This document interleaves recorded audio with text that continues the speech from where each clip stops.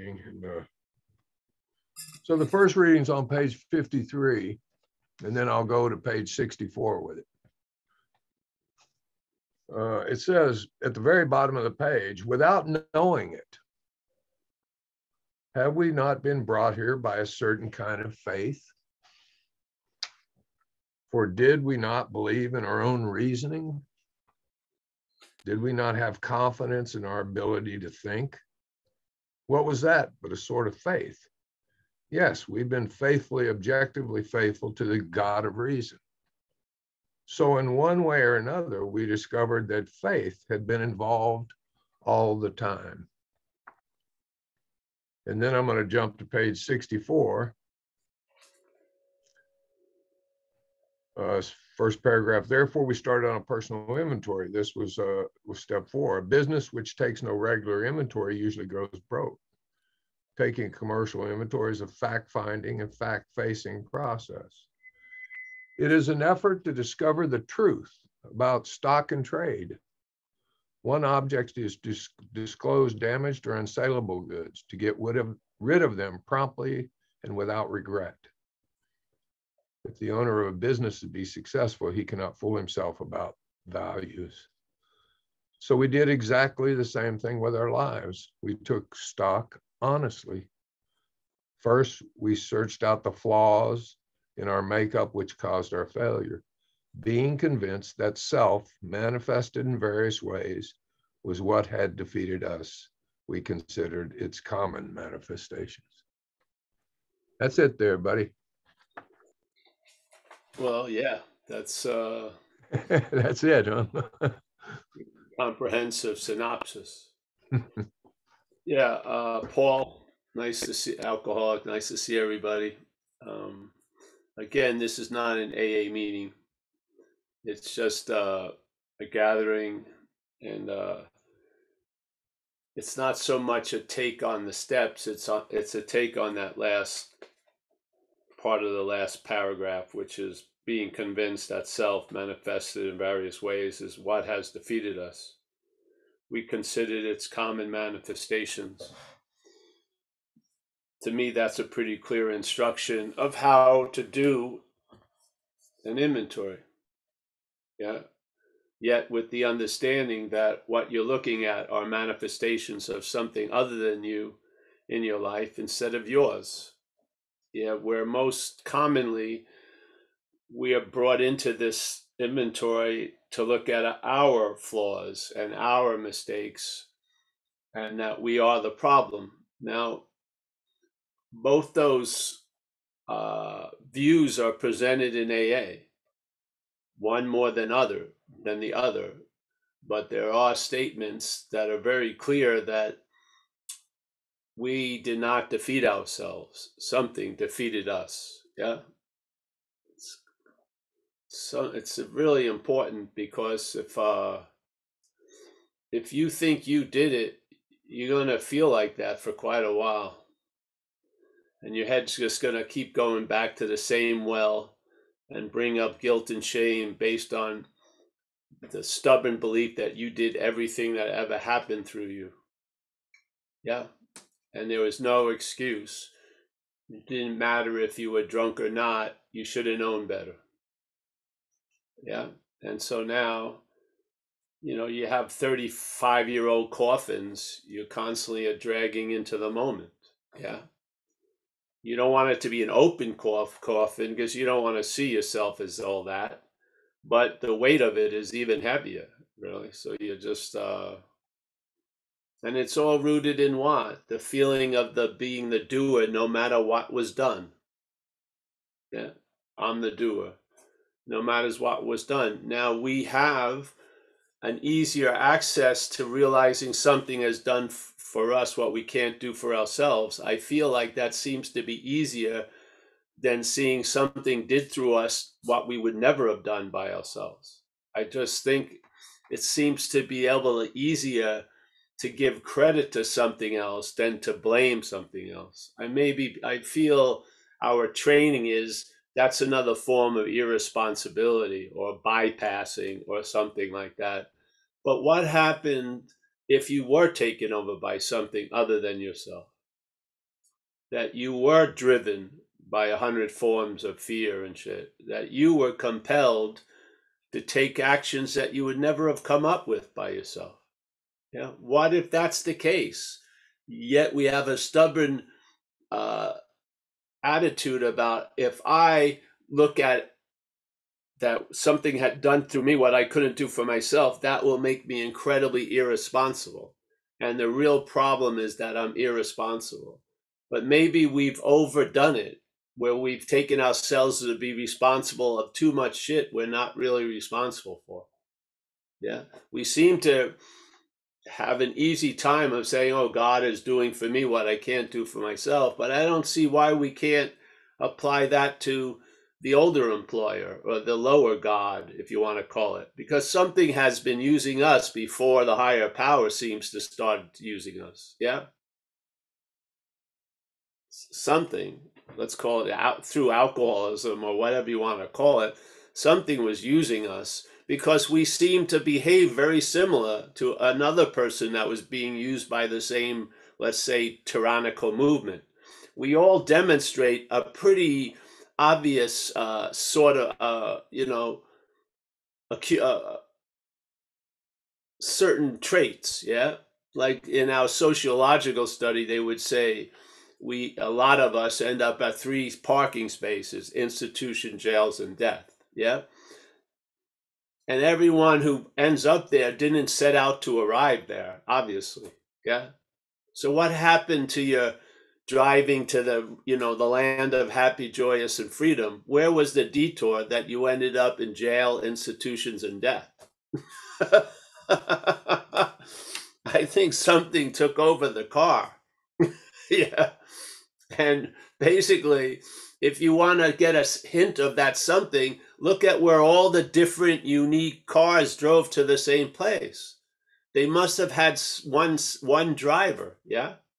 Now, you're not going to call it Ed did it to you or Stu did it to you, but let's call it self has done it to all of us. Yeah.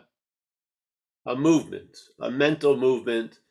You want to call it a pathogen or parasitical movement, a demonic possession or whatever. But I remember when I was freed from it, at least on a consequential level, for 2 years when I was in a program, and then that night I went out, it sure felt like something took me over again that had taken me over before. It seemed very familiar when something overrode this little feeble defense of being Paul, the recovered, I've been in a program for 2 years. It ran right through that sign and just took me on a run for 10 months. Yeah. So I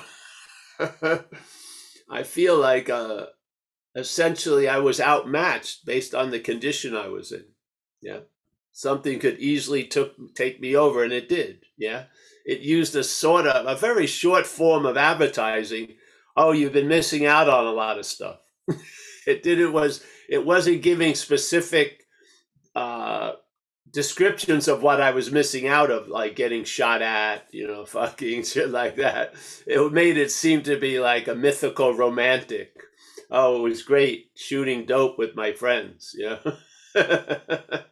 So it was easy. I bought the product like that in about 2 minutes, 5 minutes. I bought the product, drank, and there I went for 10 months. Yeah, something was using me once again, quite familiar. So I just found in the communities of recovery that I know, this hasn't been an easy understanding to arrive at, or at least stay at, which that something took me over. Yeah. Because we're afraid. Our whole life was trying not to be responsible for the shit we did. And so we feel like this is a way, maybe that's what usually happens when people hear the message. They're interested in it, but their big warning is it's basically, I'm irresponsible. Yeah. I'm not taking responsibility for what happened through me. No, we've done that. We did the inventory. We made the amends. Yeah. We have. Now maybe we can see what's truly accountable for those behaviors. Yeah. I mean, it's a clearer diagnosis, I feel. I mean, if the old diagnosis was working and everyone was beaming light and happy, joyous, and free, there would have been no interest in looking anywhere else because we would have found what we were looking for, real freedom from the bondage of self. But in a way, a lot of times the freedom from the bondage of self is so conditional based on very volatile conditions, yeah? Like how I'm feeling, you know what I mean?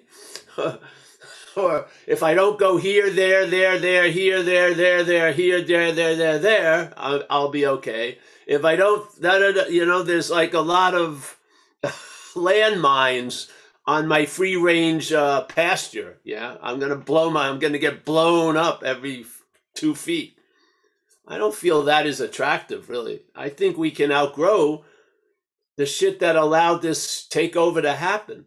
We can get down to that reliance on self and see it's not reliable, and therefore we won't be taken over by alcoholism because self will be weakened. And I think self is sort of like the tarmac or the landing field for the plane of alcoholism to land on, really. Yeah. If we shorten its takeoff and its landing thing, it won't land. Yeah. We'll be in a good, what do they call it? Fit spiritual condition. I don't think spirit can be unfit, tell you the truth. I don't think it's like lifting weights. It's I think the spirit's condition is super fit. It fits everyone, anywhere, at all times. I think we're looking at a spirit's condition from a mental, physical condition.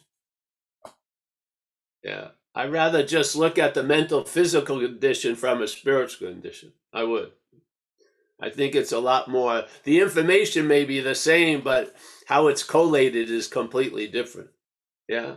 Maybe your maintenance program to maintain your spiritual condition will be resting on a fact that you are a spiritual condition. That's pretty good. Yeah. Maybe the maintenance of that day would be heeding the call of the bird, the mockingbird, or checking out the hummingbird, or, oh, there's something in front of me, I should pick it up, type shit. Yeah. Yeah. Do the next right thing. Who's going to say it's the wrong thing? Yeah. May not be the appropriate thing. All right, I'm accountable. I make amends and I learn from my mistakes. Hallelujah. I can learn how I could face life successfully.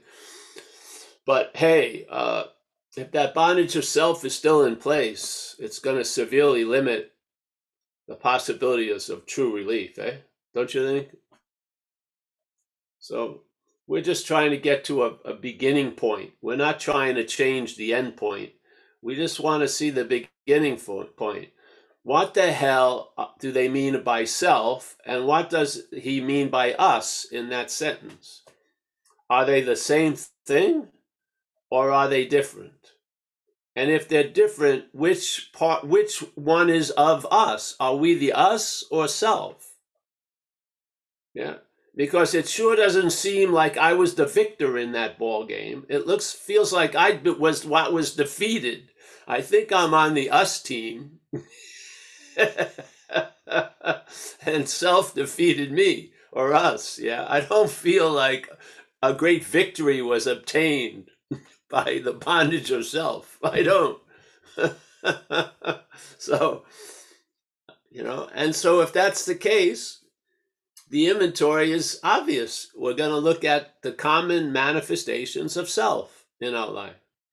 And maybe just with a simple understanding of it's not you, see the same information when it's called you. And tell me which one begets lightness and which one begets heaviness. Yeah. I don't think there's a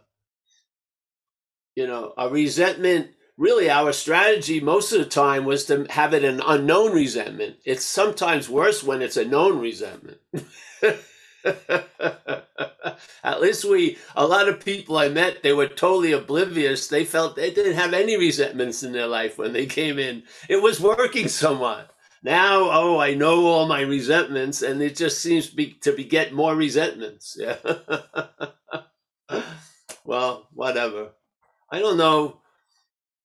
I can't do a song and dance. I can't send a fucking note into your ear supersonically. All we can do in this situation is share. Yeah. I'm hoping I'm sharing from a great relief from the bondage of self. And I think that's the credentials you sort of need in a way. Yeah. If you're going to propose a new idea, it should be based on relief that the old idea doesn't seem to be allowing. Yes. Right? I would say, hey, and I don't mean relief like getting a drink and loaded. I mean a basis of relief while you're doing tons of shit. A change in the attitude, outlook, and the new freedom and a new happiness. That's what I'm speaking of. And then whatever happens on that platform happens. But you'll notice, based on that platform, you'll travel lighter with whatever life has in store for you. Yeah, I mean, that's plenty enough evidence for me, anyway. So there we are. Here we are, another day, another Tuesday. As long as I'm healthy and these things are here, I'm going to show up because that's how important it is to me. I'm not super excited or enthused. I've had a sober assessment. And nothing else has taken its place. And it seems like, here's the first knot, so to speak. Yeah. Stop paying attention to all the other knots. That's how the first knot stays knotted. Just turn the attention to that. Yeah.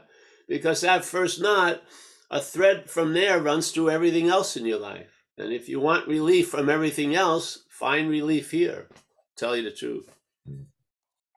If you try to specifically get relief, it may be tightening up the first knot because it seems to be all about you once again. Yeah. Now, it used to be I was out looking for drugs. Now I'm out looking for relief. Yes, it's sort of another level of addiction. Yeah. And it seems to be the same person, the same idea was doing the drugs that's now doing the spiritual practices. What the hell happened? I would say that's the problem, yeah? The problem seems to have migrated from the problem and found a nest in the solution. Called us. And it's shitting all over the nest, so to speak. Yeah.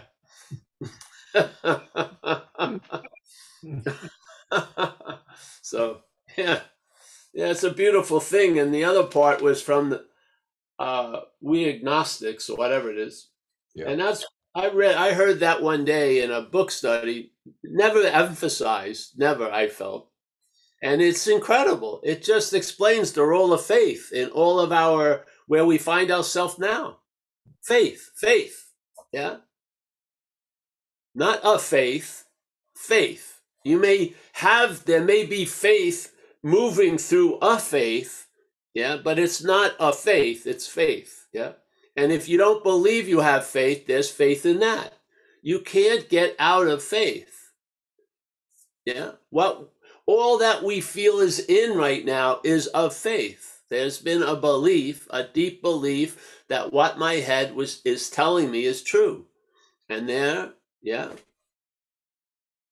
you end up in the unique, separate, long-lasting, independent, terminal, unique village called self-centered.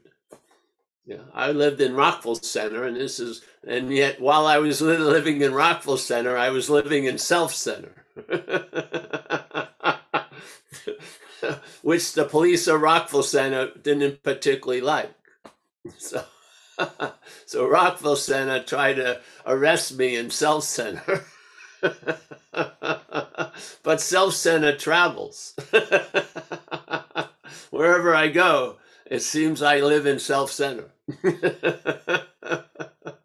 That's the only radio station I follow religiously. Yeah. I fall asleep with the golden oldies. I'll never be loved. It's going to be destitute time tomorrow. Yeah. I'm going to go crazy. No, you're not. It's just freaking talk mostly. Yeah. Yeah. So, well, that's it. I'm happy to be here. I always am. Yeah. Thanks, Paul. Yeah. That was great. I am. I'm always happy because we're just offering an easily, readily available possibility of traveling lighter. You know, we're not saying you've got to buy this and then add 50 other pieces to it every month and then you'll have it. No, it's all stripped down. Just start being clear. Are these your thoughts? And if they're your feelings, if they weren't, if they're not, if they came as Stanley's thoughts, you wouldn't be moved by them. You don't see the roll in your head. It's the head is making something that millions of people are going through so freaking important because you're going through it. Yes? And we don't see trying to get through it quicker and better and faster sometimes gives more freaking weight to it. Yes?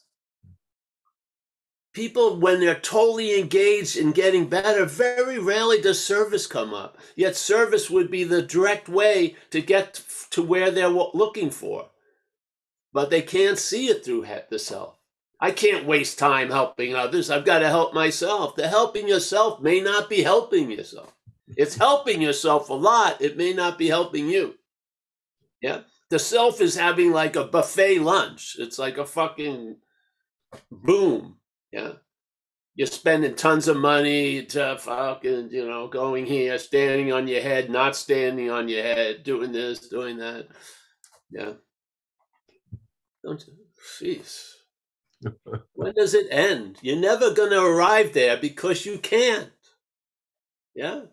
That which is agitated cannot come into peace. It just will agitate peace if it can. That's what it will.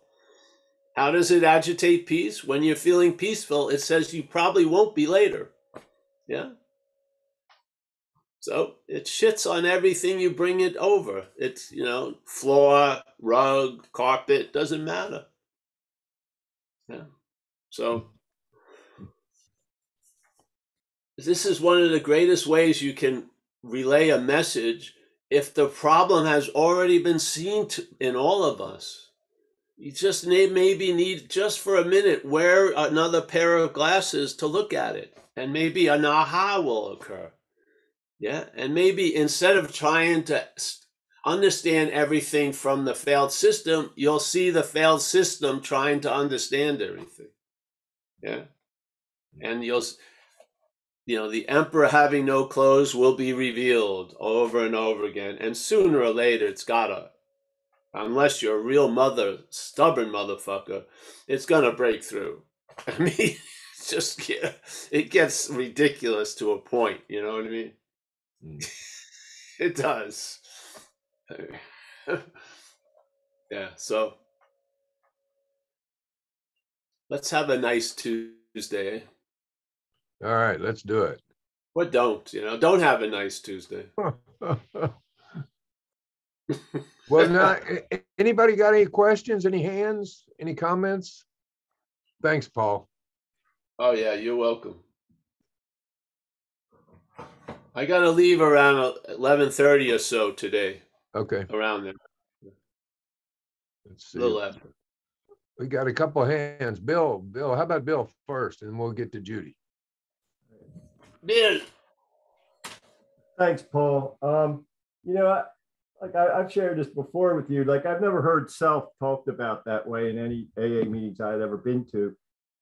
And but what I wanted to ask you, on page 64 is that line, that self which had defeated us, but like 3 pages prior, in like when it's talking about the actor who's quite virtuous sometimes and mean and egotistic some other times, then it says, isn't our actor self-centered / egocentric, and my question, I guess, is, I know you don't like the word ego, but like, would like self, the way it's used there, because in my head, when I put ego there, like ego manifested in various ways is what had defeated us.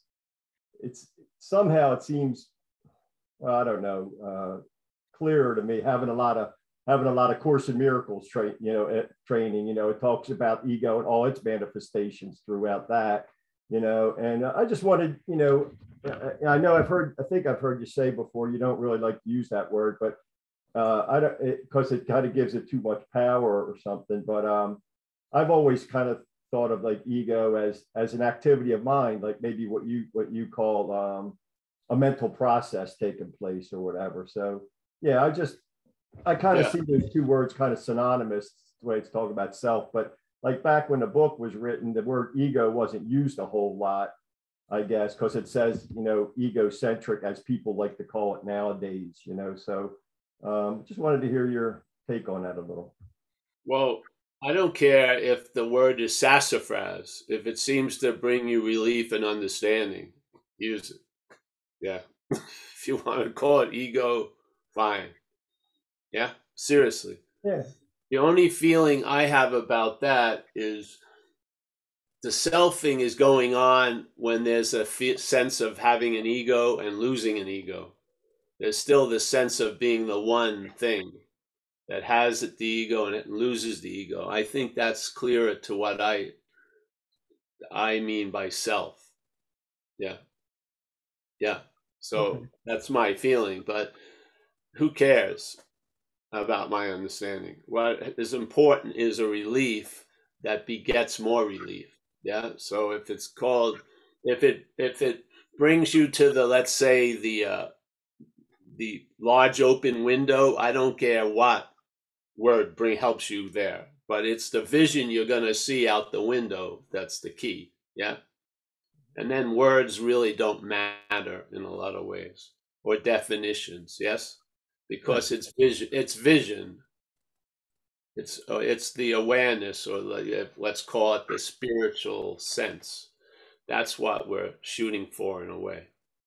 Yeah, to have that triggered to the point where it overwhelms, at least for that moment, the physical mental preoccupation. And maybe you finally see the horse that's before all the carts. Yeah. And that is the spiritual condition. So, yeah, but I have a thing about the ego as an objectification coming from the selfing, which I think is the real root of it. Is this feeling of being the one who has things. Yeah. So like there's problems, and then there's the problems. How we dance with the problems is we're the partner to the problem, and they're my problems. Yeah. That feeling of my and ownership, I don't see that as a description of ego. I see that as a description of self, this idea of being the doer, the thinker. And even in that little situation, ego is a possibility that you can have or lose. Who is that would have or lose an ego? To me, is the selfing. Yeah, that's why I don't like the word ego. But whatever works. If you've been coming out of a book that used ego or starfire or sapphire, it doesn't matter. Then use the term. The term, all those are booster. They're going to leave the rocket when you break, out of the gravitational pull. Yeah, you won't be naming shit as much. You just won't. Yeah, you'll see name and form is a force of separation. Yes, it is. We think if we name it one thing, it's nothing else. Yeah, that's not true. Yeah. So whatever, Bill, I see it's working with you. So whatever it is, just let it do it. But because, this is the platform that's available, I try to be as clear as I can how it seems to come through this. Yeah. But it's the same whatever that's coming through that, and it's presenting the idea, and it's being named ego, but it's the same juice. Yeah. Thank you. Yeah. There's a sense of self, which is the sense of self is just that. There's a sense that's given a meaning. It's not self putting out the sense of self. It's manufactured. There's a sense that's manufactured, and then it's implied to be a self. There's no self sense. You know what I mean? The self isn't making the sense of itself. It's made up. There's a sense, and then it's given a meaning that it implies a long-lasting, independent, separate thing that does and doesn't, sees, hears, feels. Yes? There's no self that produces a sense. There's a sense that seems to imply there's a self. Yep. So it's not self-sense, it's sense of self. Yeah. So it's manufactured. Even when you watch babies, they don't have a sense of self. It's not being manufactured yet. Yet they would be called alive, wouldn't they? From our view. Yet they don't know who the hell they are or who anyone is. They may not even know the mother is different than themselves for a while, because that sense of self hasn't been produced by whatever, the brain or whatever. Yeah? Yep. Once it starts getting produced, then there's a separation gets established. Yes? It's definitely clear I'm other than that, whoever that is, mother, father, whatever. And then the introspection starts getting triggered. And now that which is other than everything else gets thought about. Yeah, a lot. And for some of us, it was way too much. And it had a bent of, let's say, negativity that made life more uncomfortable. Yeah, feeling like, being the center of the universe, walking into the room with a negative attitude, it's uncomfortable because there's 30 people in there and you believe they're all thinking about you, and you believe they're thinking about you the only way you can, how you think about you. You can't think about how they think of you. You just apply your thinking of you to them. And it's negative, so to speak. So you're uncomfortable. Yeah. So if someone yawns, you take it personally, or you start misreading everything. Yeah. And then it seems, oh, this is scarier than I thought. So I got to rely on this head more. And the head lovingly takes the job and out for its own agenda. Yeah. And then didn't you have that when there was a period where you were just doing shit? And then suddenly you did something one day and it was accompanied by thought. And then from then on, everything seemed to get accompanied by thought. It wasn't there for a period of time. That's when you were probably quite joyous if you weren't in a violent, fearful situation, just a kid in a lower middle class house. Yeah. You were probably pretty joyous and happy, and then super mad when you didn't get what you want, but back to joyous and happy quickly without much story. Yeah. And then suddenly the thoughts started to whistle everywhere you went. And then suddenly they became the Pied Piper. You started following the thoughts. Yeah. Wow. And, we got led down wherever we got led down. Some of us caused such a level of discomfort, we were looking for something. And we found it by drinking or whatever. Yeah. And there was nothing was going to stop me from getting that relief. No consequence, nothing. I wanted that relief. And I would pay any consequence tomorrow not to feel uncomfortable now. It was just a fact. Yeah. And man, that drive, that need opened up a field day for a lot of shit. Yes? Yes. Yeah. So I don't think it's ego to me. It's a feeling of anything that's noticed, I have something to do with it. Like my thoughts, my this, my that. And it's just overboard, isn't it? Now, people want to get relief from the thought, but they don't look at the relief from the mind. Yeah. People want to manage and control and only have feelings they like, instead of becoming an all-terrain vehicle through whatever feelings occur by not seeing them as yours. Yeah. Yeah. It's just a much broader, easier way to travel. not having so much weight of ownership. Yes, seriously. I'll tell you, a thought can move you, but man, my thought can bury you. Yeah. A thought can move you, but my thought could bury me. Yes. It's really quite different. So, and you can't use it as the thinker. I'm going to think that they're not mine. No, you see that you're not the thinker of the thoughts. You don't see that I'm going to trick them by saying you're not mine as the thinker. It doesn't work. Yeah. It doesn't work, I feel. So you see, maybe you're not the thinker. And we have such an obvious example in alcoholism. We've gone to tons of meetings and heard a lot of people share their thoughts, and they sure sound like our thoughts. Yeah, when do we make this? It's not a big leap. Yeah, I mean, it's obvious. I thought I was a Ford and everyone else was Chevys and Oldsmobile, but basically we're all on the same chassis. The car and the emblem doesn't mean much. We drive alike, we smell alike, yes? So once I could see that, there was a possibility of real relief. Because the root of the problem is ownership, in a sense. The doing isn't what sinks you, it's the feeling of being the doer of stuff. Yeah. That's where the guilt and shame is produced, truly. Because it works incredibly. You'll have guilt for what you did and guilt for what you didn't do. It's mind-boggling. It wins on both sides. I can't believe it's got the whole. It's better than any casino I've ever seen. You can't. It gets you one way or the other. I mean, I should have done it. I shouldn't have done it. I should have done something.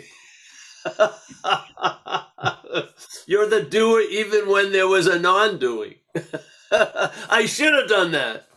I should have done what I didn't do. Isn't that piling on? I mean, it's a little fucking, that's abusive, man. It was bad enough that I did what I supposedly did, but thinking I should have done something else, that opens up millions of other insane possibilities of guilt and shame.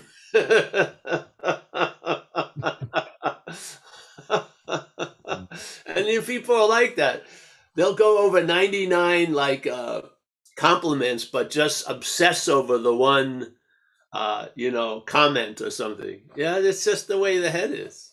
That's what it's looking for, really. It says it's looking for all the approval. It really isn't. Its real thing, for you to be right about being wrong, you got to be wrong a lot. So it's gonna look at your great successes and see failure in it, because it's it's blind by its own agenda, so to speak. Yeah. Thank you. That's perfect. Yeah, I felt guilty sometimes for not feeling guilty enough for something I've done. There you go. It's unbelievable. I mean, it's sort of its little crazy formula work, and then it just added more numbers and shit. Yeah. Yeah. It says 1 + 1 equals ? It could be anything. Doing, not doing, should have, shouldn't have, could have, would have.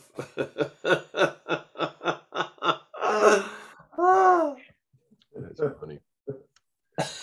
Thanks, Bill.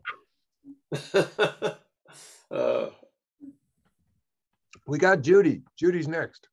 Judy. Hi, Paul.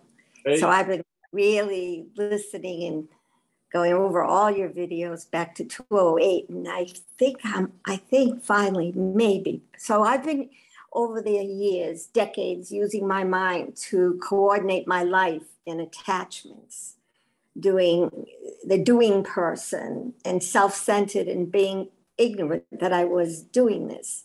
I handed over all my attachments. And I think I'm hoping I heard you, that letting go and giving my mind back to God will set me right. Is that right, Paul? Is that what you're saying in some respect? I'm thinking you're already right, but it will set you right, yes. I'm serious. I seriously believe when all the shenanigans of 90 years or whatever of living, what you are has never been affected, truly. Yes. So no matter how many footprints you left, they don't last on spirit. Yes.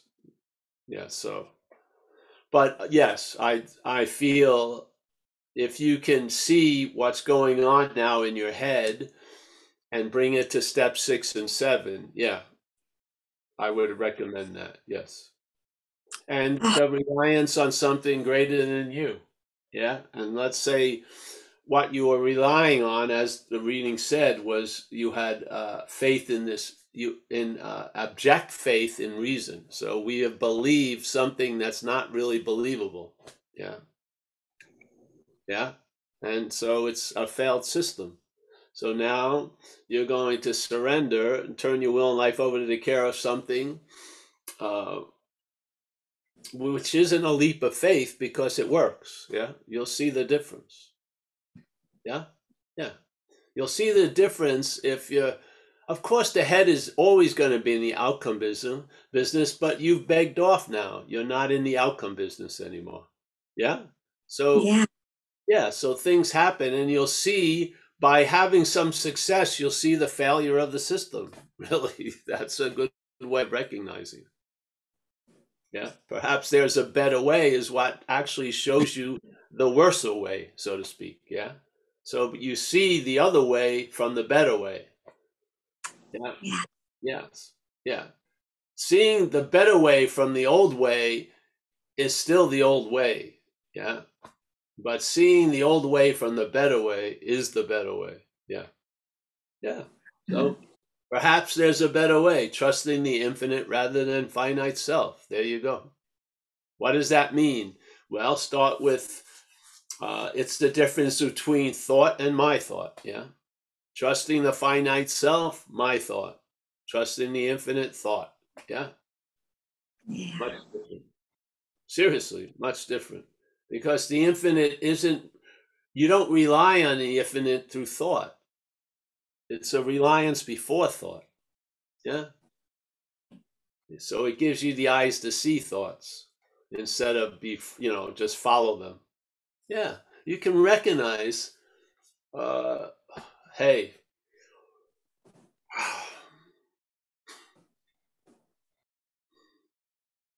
usually thoughts come in a little bundle, right?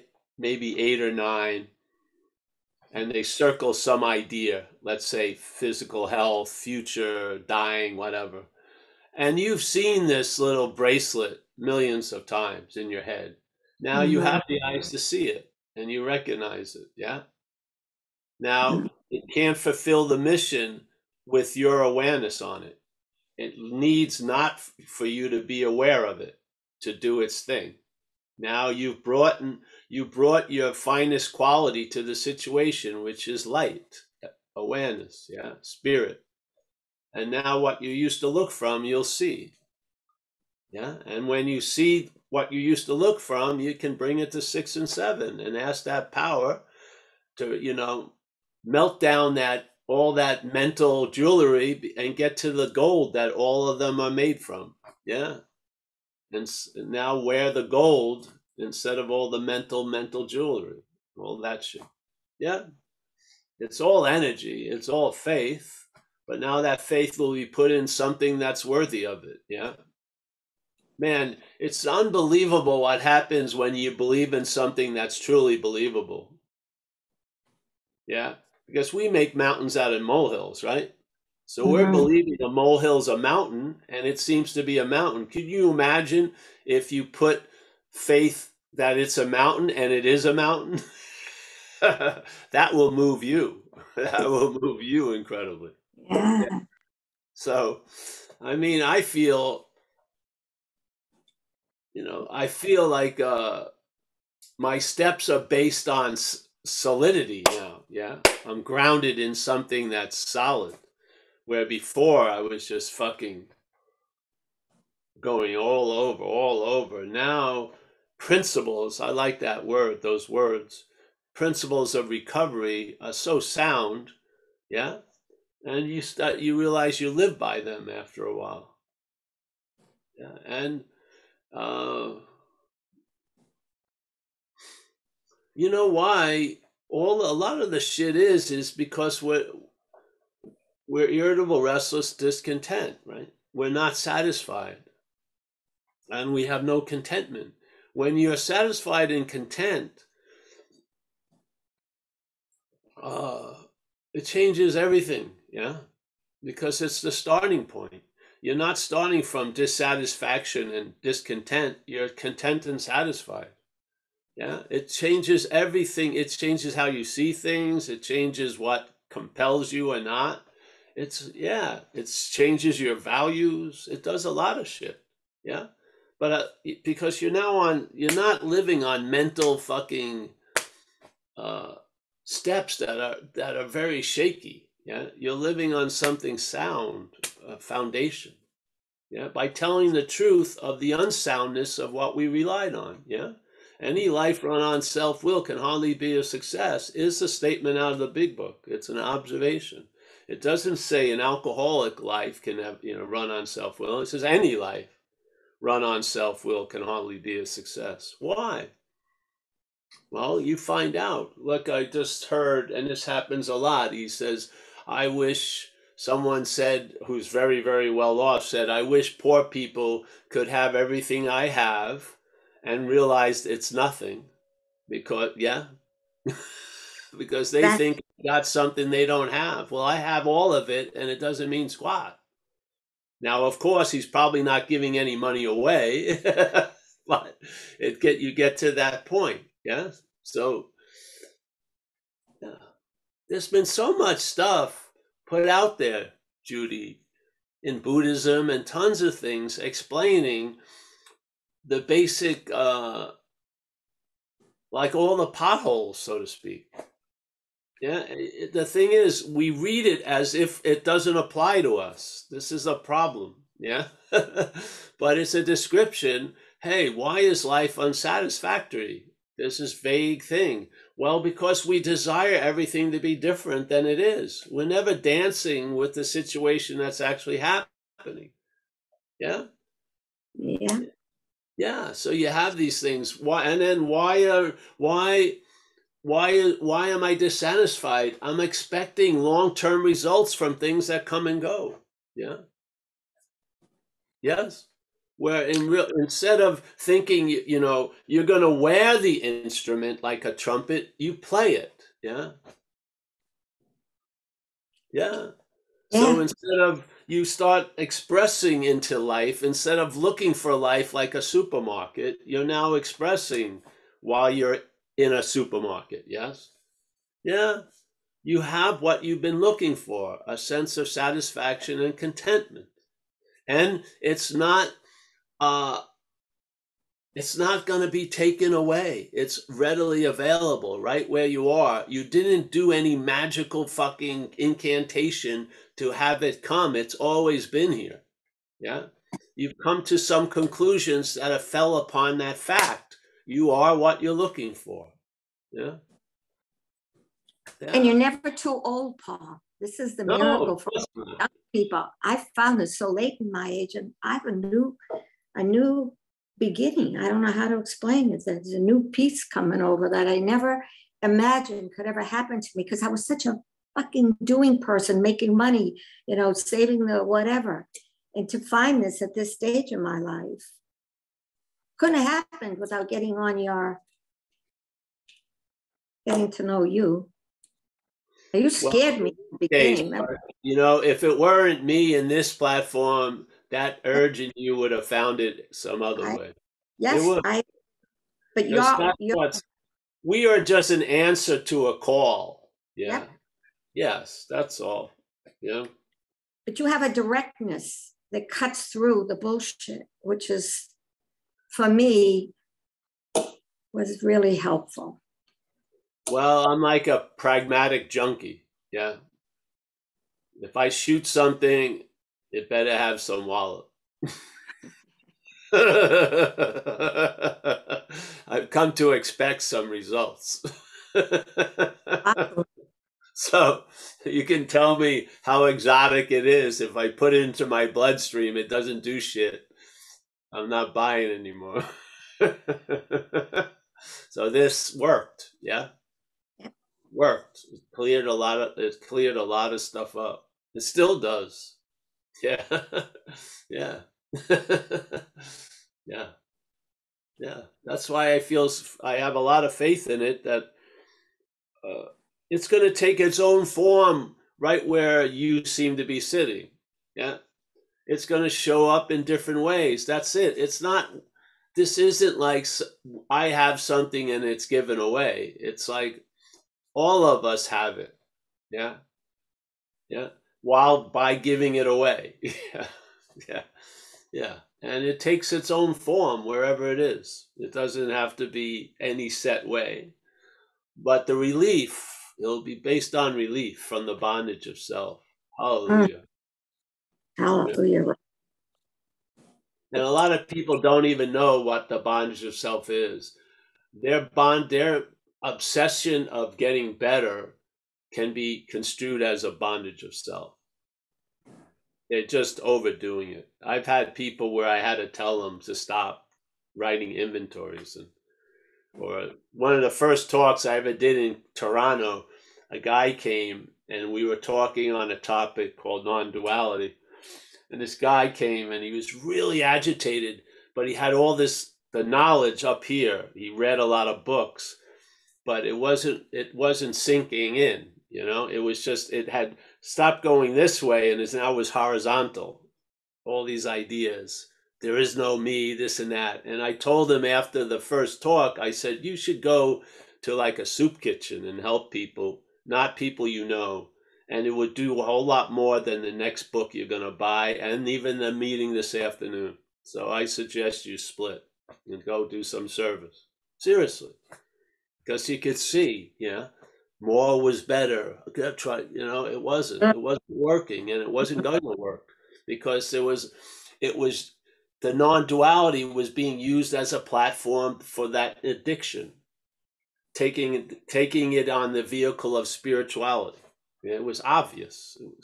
And very few people will pull that dude over and give him a citation. They'll sign him up for the other retreat and they'll do this and do that because the other influences get into the message, which is money and shit like that. Yeah. So sometimes you can't tell a person what they really need to do, which is to stop. Yeah. Stop. Yeah. To turn your attention to someone else or something else. Stop. It's not serving you.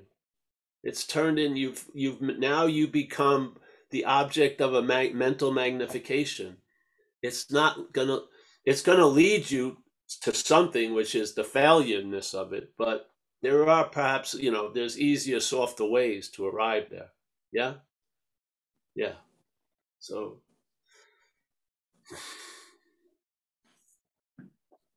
you'll get a sense of what you're not. Well, just like you have a sense of self, yeah, you'll get a sense of what you're not as not self, or whatever you want to call it, yeah, as not you. You'll get a sense of it. You'll feel it. And then, and there, a lot of knowledge comes from that. And it's not self-knowledge, it's knowledge of self, yeah. Yeah. So yeah, it's nice to see you, Judy. I'm happy. Thanks, Judy. Happy it's working for us. Yeah. Thank you, Paul. A lot. Yeah. So we got Jason. So I was thinking when you said that, Paul, it's either rusty handcuffs or gold handcuffs. You just got handcuffs on, right? Yeah. Yeah. Yeah. But they'll be taken off. They'll be taken off if you're gonna do the dishes and shit like that. But if you're gonna try to become super advanced, enlightened, they'll probably get even harder, tighter. Okay, we got Jason next. Okay. Hey, how firm is this getting off at 11:30? Because I got a question, and it can be saved for another time. We got 4.5 minutes. All right, go ahead. Yeah. Yeah. It's nothing's firm. Yeah, there you go. I've appreciated. I'm hoping I can get off, but it doesn't. Doesn't matter. Good luck there. Yeah. So, this is one of those questions that's just kind of eaten at me for a long time. I've heard it said, we made a decision to turn our will and our lives over to the care of God as we understood it, God. And I've heard will is your thoughts and lives is your actions. And I think that works okay. But sometimes I've thought will is just a lot more to will than just my thoughts. It feels like it's my thoughts and my actions and my attitudes. And the lives feels like the byproduct, the result of that will. So, but that doesn't seem to be very practical for working with people. It just seems easier to just say, well, anyway, what's your take on will and lives? What is meant by that? How do you approach that?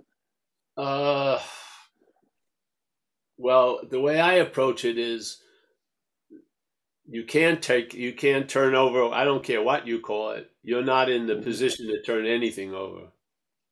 So because at that point you're in the state of being taken over. That's why it says make a decision. Right. So I don't even like getting to what comes after the will and whatever it's called, will and life. I'm more interested in the condition we're in, that all we can do is make a decision because we can't bring about any result because we're in the dilemma of powerlessness. Yeah. We're dancing with the gorilla, and while we're hearing some new news. So the gorilla is so busy looking at itself, we can get the message, hey, you better make a decision to turn your will and life over to the care of something other than you know who, the gorilla. So the will and life I don't care about. It's the premise that's made clear why that decision gets actualized through 4 through 9, the working steps in the process of the 12 steps. So the third step is to realize if the life and will was in your control, there wouldn't have been the other steps. There probably would have been 1, 2, 3, maybe 10, 11, 12. Yeah. But because of what had happened, a lot of stuff had been made and brought up that needs to be addressed. Yeah. The moving can't happen first. There's got to be a lot of shit taken out and dumped. Yeah. And then that's what we have to do is 4 through 9. Yeah. We got to be willing to walk through those steps for that change to occur so that that decision is given weight. Yeah. And then 10, 11, 12 obviously are the maintenance steps of what's happened now that decision has weight. Yeah.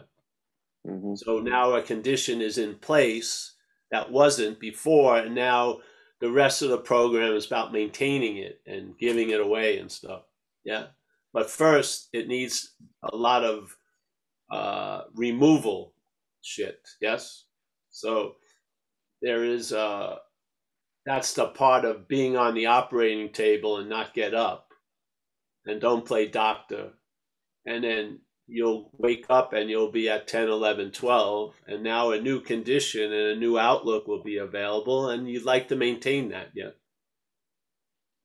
And this is the way of life to maintain it. Now that can change, but that's I feel is the importance of it. Yeah, I agree totally. Step 3 is but a decision. But it's a decision to turn something over to the care and direction of God. It's called your life, yeah. I don't really care. The only thing I want to be specific about is the problem and the solution. The names and what it means, I don't care really that much about. So whatever it feels for you, if will works or life works or just life, meaning all that will and actions and thoughts, you could just say life. Yeah. Whatever works for you. But the point is, why isn't it working, and what brought us to this place where what we call our life has to be turned over to something else? That's a lot of the alarms have gone off. If a life that you called yours has reached that situation. Yeah.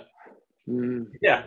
So, yeah. So, but I don't know. Another day we could talk about what I think will in life is, but right now I don't have much meaning of it.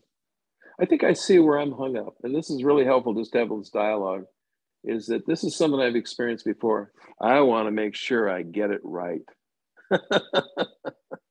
Well, yeah, and you know where that's coming from. Yeah. What's wrong? The only thing that wants to get something right is what's wrong, usually. From what's right, a lot of shit that seems wrong is okay.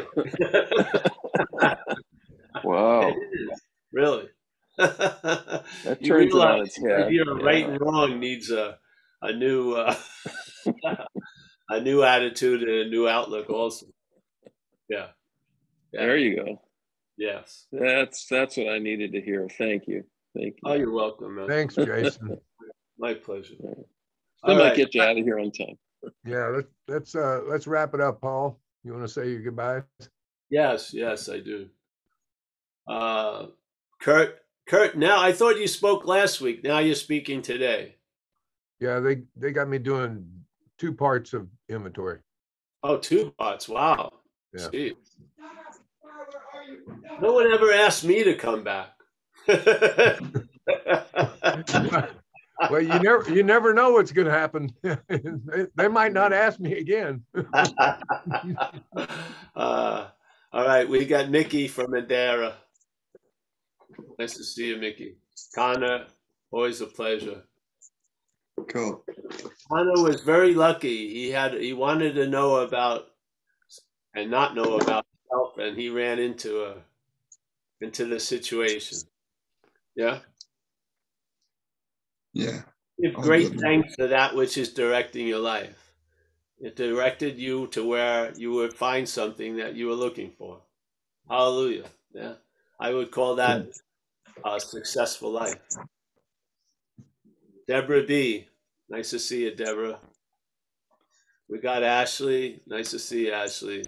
Yes. Jack Chi. As always, Roman. Yeah. We got Todd, my old friend Todd. I think he split, or unless he just fell to the ground. We got Terry in Maine. Nice to see you, Terry. Jacob, as always. Jacob, we're gonna make some physical shirts out of that art. Excellent. Yeah, I'm gonna go back east, everyone, too. I'm gonna be back east after July 23rd, June 23rd. I'm going back to Dover, New Jersey to do some talk. Oh, cool. I might be there. Recovery and non-duality for that rest of that week, and then other places. Great Barrington, I think. Yeah, so that'll be awesome. Yeah, I'll be back east. June 23rd, I get there, I think, and then it'll probably be for a week doing stuff. So if Kristen is here, we may do something in Philadelphia around there. All right. We got, let's see, Jacob. We got B or AB in Vegas. Wow, he's got 2 heavyweights behind him. Yeah. All right, Jason, San Diego. I'd have to make sure I came with nothing in a fight with those 2. Yeah, that's the only way to go. All right, we got Jason from San Diego. Always a pleasure, Jason. Michael Stacy. There you go. We made it through a second heat. My dog is. Yes. We got Eligio, the baby king. Yes, there he is. Yes. Nanette. I'm always happy to see Nanette show up. She's the bundle of. Hi, Annette. But let me know about Philly. Who's this? That's Annette. Annette. Oh yeah, we will. It'll be on the website if we do anything. But it's just we just sort of finalized the date. You know, the first aspect of the journey. Yeah, Dover. Yeah. Right. We got Karen. Nice to see her. There she is. Stefan on having never left. Always a pleasure, Stefan. Always a pleasure.